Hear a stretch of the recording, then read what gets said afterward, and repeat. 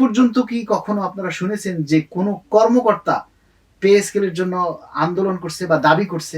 Pay স্কেলটা ভোগ করবে সাধারণ কর্মচারী, পুলিশ, র্যাব, সেনাবাহিনী, নৌবাহিনী, বিমান বাহিনী, ডিজিএফআই, এনএসআই, এসএসএফ, গোয়েন্দা সংস্থা, আনসার বিডিপি ব্যাটালিয়ন যারা আছে।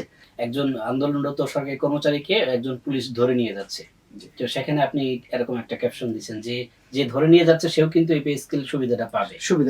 যদি নবম পে স্কেল বাস্তবায়ন হয় সেক্ষেত্রে শুধু বড় সাহেবরাই লাভবান হবেন নাকি আপনাদের নিম্ন দিকের কর্মচারী যারা আছেন তারা কতটা লাভবান হবেন?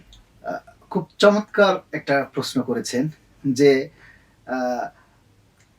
রাস্তায় মার খাই আমরা সাধারণ কর্মচারীরা, পুলিশের টিয়ার শেল খাই সাধারণ কর্মচারীরা, তারপরে আপনার এই যে যত রোদ বৃষ্টি ঝড়ের ভিতরে কত কিছু করতে হয়, আমাদের এই যত আন্দোলন সংগ্রাম সবকিছু আমরা কিন্তু এই কর্মচারীরাই পে স্কেলের জন্য আন্দোলন করে দাবি করে।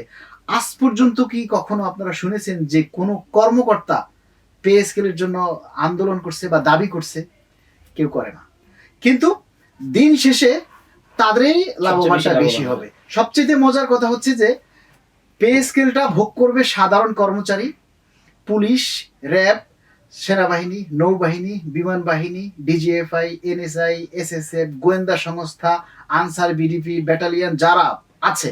মোট কথা সরকারি সুবিধার মধ্যে যারা আছে এর মধ্যে স্বায়ত্তশাসিত, আধা সরকারি, রাষ্ট্রীয় প্রতিষ্ঠান, ব্যাংক, বিমা, মানে সরকারের রাজস্বের সুবিধা যারা ভোগ করে প্রত্যেকেই পে স্কেলের সুবিধাটা পাবে। ঠিক আছে? অথচ এই পুলিশে যারা আছেন বা ডিফেন্সে যারা আছেন তাদেরকেই রাষ্ট্রীয় হুকুমে আমাদেরকে দমন করার জন্য টিয়ার শেল নিক্ষেপ করা হয় বা আঘাত করা হয়। কিন্তু দিন শেষে পে স্কেলের সুবিধাটা, পে স্কেলটা যখন বাস্তবায়ন হবে তখন সেও কিন্তু এই সুবিধাটা ভোগ করবে। আপনি একটা ফটো কার্ড শেয়ার করছেন আপনার আইডিতে, দেখেছি যে একজন আন্দোলনরত সরকারি কর্মচারীকে একজন পুলিশ ধরে নিয়ে যাচ্ছে, তো সেখানে আপনি এরকম একটা ক্যাপশন দিচ্ছেন যে যে ধরে নিয়ে যাচ্ছে সেও কিন্তু এই পে স্কেল সুবিধাটা পাবে।